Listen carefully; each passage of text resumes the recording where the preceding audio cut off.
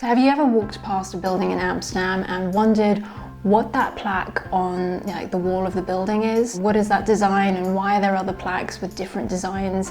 What does it all signify? So let's jump straight into this.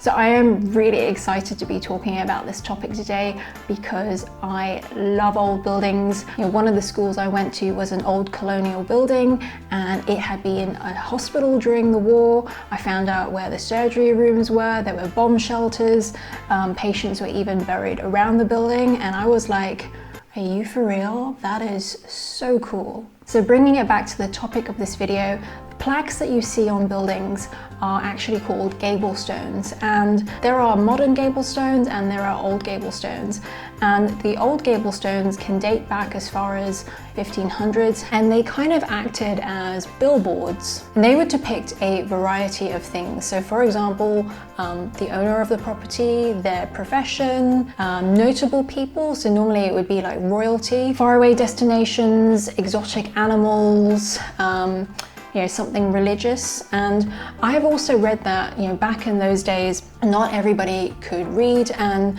there weren't house numbers at the time. That only came into effect much later on, and so for the people that couldn't read, having something visual was very handy because they would be able to find their way, and people could also give directions as well. So the tradition of gable stones is very much alive today. So you have old gable stones and new gable stones, and sometimes it's quite hard to work out whether a gable stone is really old because it just looks old, but it's not actually that old. So it's important to know that, especially with the old gable stones, they may have been moved around for whatever reason. You may see one and it won't directly relate to the building itself, but it's still an insight into the past nevertheless. Now, the other amazing thing that I find about gable stones is that they are pretty much invisible. There are so many distractions when we are walking around, and you don't tend to look up when you walk around, so they're very easy to miss. Take this scene for example. What are you going to notice first?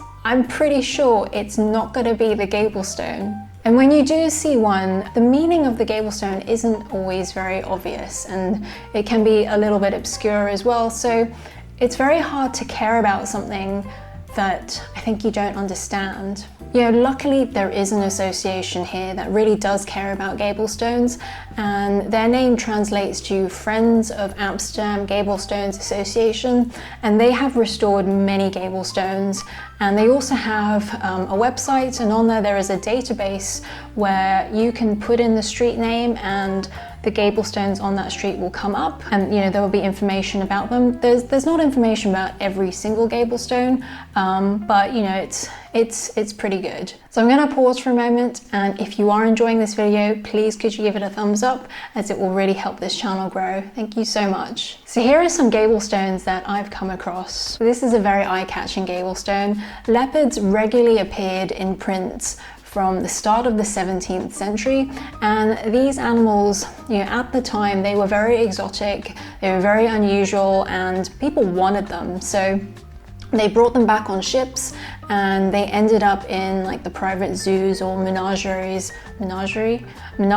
of wealthy citizens. And this one is dated from approximately 1662. It has moved around a bit, but now it's at its original address. So this is the oldest gable stone in public in Amsterdam. It dates back to 1546, and it may even be older than that. It depicts a guild drinking horn, which would have been filled with beer, and then this horn would have been passed around for each guild member to take a sip. So this one actually has a date on it, so it's from 1731. It depicts a milkmaid carrying crates of milk. I don't think that's the right phrase. Buckets of milk?